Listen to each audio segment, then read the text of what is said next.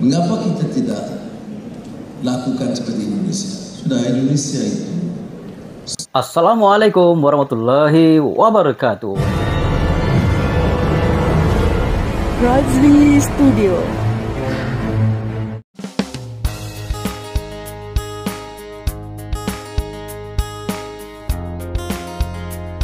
Welcome back to my YouTube channel Razli Studio. Bagi Anda yang first time di channel ini, saya ucapkan selamat datang, welcome to my YouTube channel. Selamat bergabung di channel ini.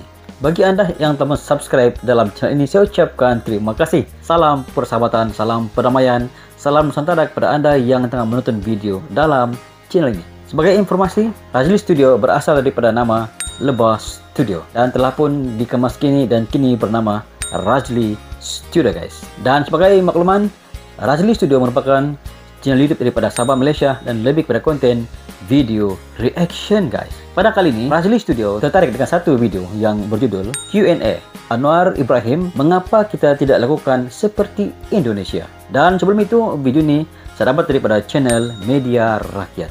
Seperti biasa, jangan lupa berikan sokongan dan dukungan kepada channel Media Rakyat dengan memberikan subscribe, like, share dan juga komen-komen yang membina, guys. Tanpa basa-basi, guys, ayo kita sama-sama simak video ini dengan kiraan 3, 2, 1, go.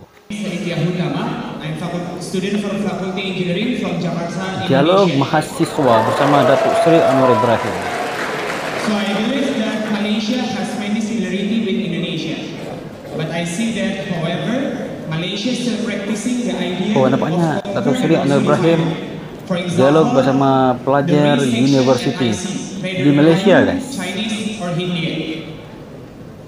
So my question is, if your party is seriously looking for a new Malaysian, why there is no serious effort to have one common language and one common school system? Wow. Because for me, do you feel the nation's unity is beyond party politics? Thank you very much. Wow, itu lagi yang sangat padu, guys. Anak daripada Indonesia, mengapa kita tidak lakukan seperti Indonesia? Sudah Indonesia itu 95% Iya. orang Indonesia. Mengapa kita tidak lakukan seperti Indonesia? 95%. Nah, ini sebab-sebabnya, guys. Anwar Ibrahim coba merungkai persoalannya, guys. Ikut kesemuanya. Cadangan umpamanya satu bahasa, itu kita sudah ada bahasa kebangsaan, tapi kita beri ruang kepada orang bahasa Inggris, bahasa Arab, bahasa Cina, bahasa Tamil. Tak merugikan. Syarat kita ialah seperti mana sudah masuk ke UPM, sudah boleh anak Melayu, anak Cina, anak India atau Sabah atau Sarawak, saudara mesti wajib menguasai bahasa Melayu sebagai bahasa kebangsaan. Oke. Soal satu sistem persekolahan, kalau tahu sejarah, daripada tahun 1950-an berperang kita, bergaduh. Soal aliran Cina dengan aliran kebangsaan berperang dah puluh-puluh tahun lah. Jadi sebab itu kita putuskan lama, guys, untuk meneruskan sistem yang ada, mengizinkan sekolah rendah kebangsaan Cina dan Tamil, supaya tidak lagi ada pertarungan yang tidak berkesudahan. Jangan tanya pendapat saya pribadi. Saya dulu pemimpin Persekutuan Bahasa Melayu Universiti Melaya. Memang tegas prinsip saya. Tetapi sudah kita harus jaga keharmonian ini. Harus jaga keharmonian. Prinsip bahasa kebangsaan tidak diremehkan. Pendapat saya yang saya suarakan dan pendapat kerajaan sekarang, sudah boleh ada sekolah Tamil, sekolah Cina, sudah boleh ada sekolah swasta, tetapi penguasaan bahasa Melayu sebagai bahasa kebangsaan wajib dikuasai dengan baik. Yang ini kita tidak boleh tolak langsung. Yang lain pun nak cakap soal one school system, boleh guna bahasa selain Melayu. Jadi peringkat sekarang bersyarat menguasai bahasa ini masalah sebenarnya, tak ada masalah Melayu. Singapura. Masalah kita sekarang masalah ekonomi. Masalah kita sekarang masalah, ya kalau orang sebut soal akhlak, pemacuan ekonomi, artificial intelligence, digital revolution, ini hal-hal yang kita harus kuasai. Tidak ada sekatan untuk kita tingkat martabatkan Islam sebagai agama persekutuan dan hebatkan gerakan dakwah, tingkatkan kefahaman. Tidak ada langsung sekatan. Tetapi dalam ruang yang ada sekarang ini, kita harus jaga sensitivity semua kaum. Menjaga sensitivity semua kaum. Meneruskan, membiarkan atau mengizinkan ketegangan kaum. Tapi kita harus tegas. Islam itu tetap agama persekutuan. Bahasa Melayu, bahasa kebangsaan mesti dimartabatkan. Janganlah umpamanya pemimpin-pemimpin cakap Melayu punya bahasa rojak. Saya tidak setuju. Saya juga telah mencanangkan supaya ada di Dewan Rakyat, ada di Parlimen, ikut kursus di Dewan Bahasa. Ini jadi ahli Parlimen, bercakap bahasa yang lemah. Tak wajar bagi saya. Ya, betul. Jadi ini terpakai baik kepada orang Melayu untuk Cina atau dan lain. Jadi sekali lagi saya ucap terima kasih kepada semua, kepada Naib Chancellor dan pimpinan dan saudara sekalian. Terima kasih. Assalamualaikum warahmatullahi wabarakatuh. Sebagai makluman, video ini adalah sesi dialog antara Datuk Seri Anwar Ibrahim dengan pelajar UPM Serdang Selangor. Datuk Seri Anwar Ibrahim merupakan seorang bekas pemimpin bahasa Melayu di Universiti Malaya, guys. Dalam video ini, Anwar Ibrahim berkata, kenapa kita tidak lakukan seperti Indonesia? Itu yang menjadi tajuk kepada video ini. Karena Anwar Ibrahim sendiri mengutarakan persoalan ini. Mengapa dan kenapa kita tidak lakukan seperti Indonesia? Berkaitan dengan bahasa. Karena timbulnya persoalan daripada pelajar daripada UPM yang mengatakan bahawa kenapa di Indonesia satu pendidikan dan satu bahasa? Kenapa perkara ini tidak boleh dilakukan di Malaysia? Antara perkara yang Anwar Ibrahim cuba rungkaikan dalam video ini, dia mengatakan bahawa di Indonesia warga yang beragama Islam adalah 95% berbanding dengan di Malaysia. Di Malaysia warga Islam tidak capai 95%. Di Malaysia berlaku tidak stabilan antara kaum pada tahun 1950-an. Pada masa itu, proses transformasi bahasa Melayu ataupun proses asimilasi bahasa Melayu yang menjadi puncak kepada ketidakharmonian pada waktu itu. Atas kebijaksanaan pemimpin pada waktu itu, yang mana pada waktu itu Anwar Ibrahim sendiri yang telah pun membuat penerangan melalui sesi dialog antara kaum Cina dan juga kaum Tamil bagi menjelaskan bahawa bukan proses untuk asimilasi bahasa kepada warga Tamil dan juga warga Cina.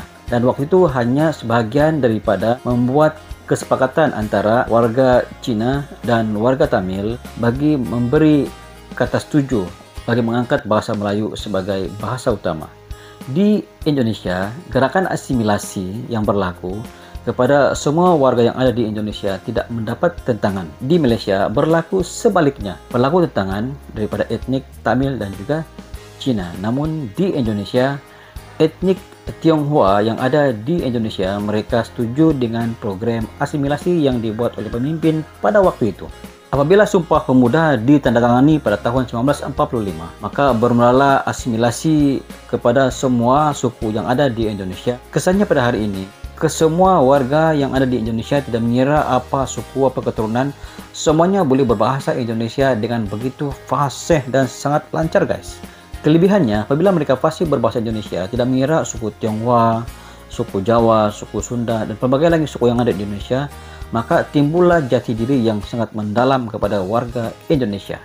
Kebijaksanaan pemimpin Indonesia pada masa dahulu untuk terus mengagalkan keharmonian yang ada di Indonesia, pemimpin telah pun memperkenalkan ideologi Pancasila. Pancasila inilah yang menjadi kepada bagaimana harmonisnya kehidupan warga yang ada di Indonesia, guys. Tanpa mengira apa suku, apa bangsa, apa keturunan, mereka perlu mematuhi ideologi yang ada dalam Pancasila. Kita berbalik kepada cerita Malaysia, guys. Di Malaysia, walaupun kerajaan memberi keizinan kepada warga Cina berbahasa Cina dan warga Tamil berbahasa Tamil, namun dalam masa yang sama mereka perlu menguasai bahasa Melayu, guys. Itu yang berlaku di Malaysia. Karena walaupun mereka bebas menggunakan bahasa ibunda mereka, pada masa yang sama mereka harus menguasai bahasa Melayu sebagai bahasa utama Malaysia. Apabila langkah kerajaan memberi kebenaran dan keizinan kepada warga Tamil dan juga Cina menggunakan bahasa Cina, dalam masa yang sama mereka perlu menguasai bahasa Melayu, maka secara otomatis keharmonian terwujud di Malaysia, guys. Dalam masa yang sama mereka perlu menghormati bahasa Melayu, dan mereka perlu menguasai bahasa Melayu, dan mereka perlu belajar bahasa Melayu dalam masa yang sama, supaya di samping mereka berbahasa ibunda, mereka dapat menguasai bahasa Melayu, guys. Kenapa ini perlu berlaku? Ini sebagian daripada langkah bijak pemerintah, karena pada tahun 1950-an tragedi hitam berlaku apabila warga Cina dan warga Tamil mereka membuat rusuhan pada waktu itu karena tidak puas hati dengan tindakan kerajaan mengasimilasikan warga Cina dan juga warga Tamil pada waktu itu. Namun selepas diberi pemahaman dalam sesi dialog oleh Anwar Ibrahim, maka mereka paham bahwa program itu bukan asimilasi, namun satu program untuk memartabatkan bahasa Melayu sebagai bahasa utama Malaysia. Dalam video ini Anwar Ibrahim memberi kita satu penjelasan mengapa Malaysia tidak ikut seperti mana yang Indonesia lakukan. Karena Indonesia mereka berbahasa satu, berpendidikan satu, tapi di Malaysia tidak berlaku seperti begitu.